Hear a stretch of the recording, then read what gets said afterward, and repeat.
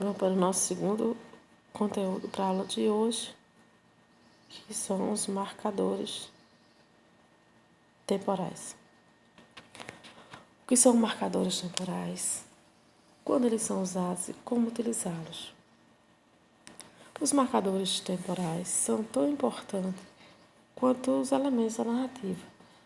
Para que a história aconteça, eu preciso encadear bem essas ideias, fazendo com que as cenas sejam apresentadas tal qual o meu desejo, né? Então eu preciso estruturar bem essa frase, transmitindo a ideia que eu desejo.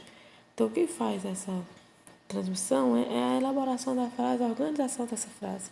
Aí entram os marcadores. Os marcadores temporais, no caso, eles vão auxiliar o leitor ou o escritor a transmitir a ideia do tempo adequada. Os marcadores, a definição é essa. Eles contribuem para a construção do texto, fornecendo uma sequência de fatos e construindo sentido ao enredo mediante os acontecimentos. É interessante que use o marcador adequado, quando ele pergunta quando utilizá-los. Existe um momento adequado, sim, para fazer uso. Eu não posso usar um marcador que indique a passagem do tempo, um marcador indicando o tempo indeterminado. Então, cada um existe um momento certo para utilizar. E quando? Usamos para indicar a continuidade da narrativa, situando o leitor no tempo e a passagem desse tempo. Eu vou pegar aqui como exemplo os contos de fada. Um exemplo aqui que é a história da Branca de Neve. Eu vou direto ao ponto dos marcadores aqui desse texto. Ela diz, era uma vez uma rainha. Veja bem, pessoal. Essa expressão era uma vez, assim como certo dia, ele dá a ideia de tempo indeterminado. Como o autor não está situando o tempo, não há uma precisão se foi de manhã, se foi de tarde, se foi há alguns anos atrás, há um ano atrás, melhor dizendo. Então é um tempo indeterminado, não é. Essa indeterminação do tempo é que faz com que a história ela seja passada de filho para neto e assim sucessivamente.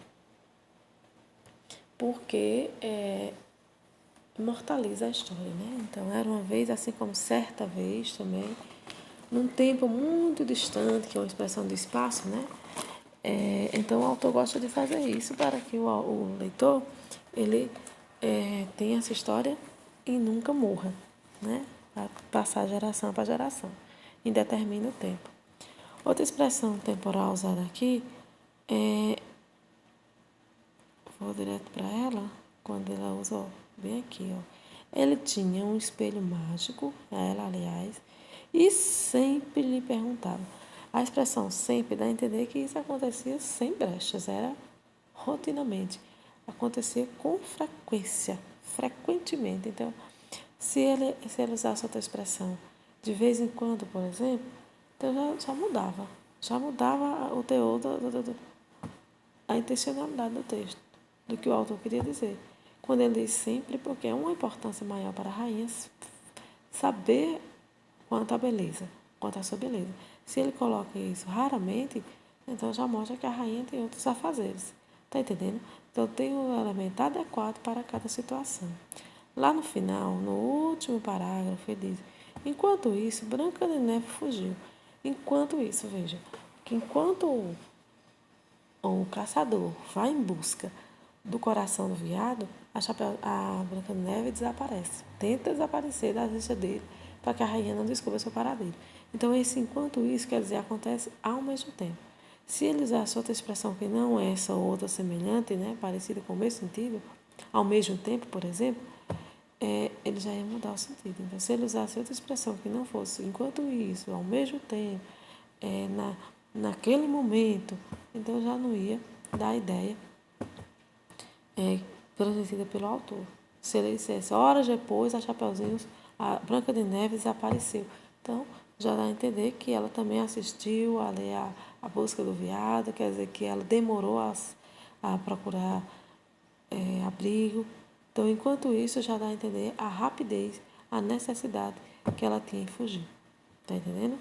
Então, agora nós vamos para outro texto que fala sobre a cultura indígena, egípcia.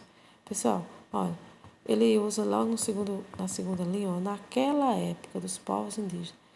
Quando ele usa naquela época, ele estava falando de tempos remotos, né? Tempos que há muito distante do que nós estamos vivendo. Como os egípcios viveram um período muito longe, muitos anos atrás, muitos séculos, então ele usa a expressão naquela época. Se ele usasse outra expressão que não desse a entender o tempo remoto, nós poderíamos situar que os egípcios viveram recentemente. Essas histórias é recente, né? Então, aquela época já dá a entender a distância do tempo entre o que nós estamos vivendo e a da história. E lá na última linha ele diz assim, ó, naquele tempo também lembra tempos remotos. Então é isso, veja que existe o marcador adequado para cada situação. No interior desse texto vocês vão ver também outros marcadores temporais.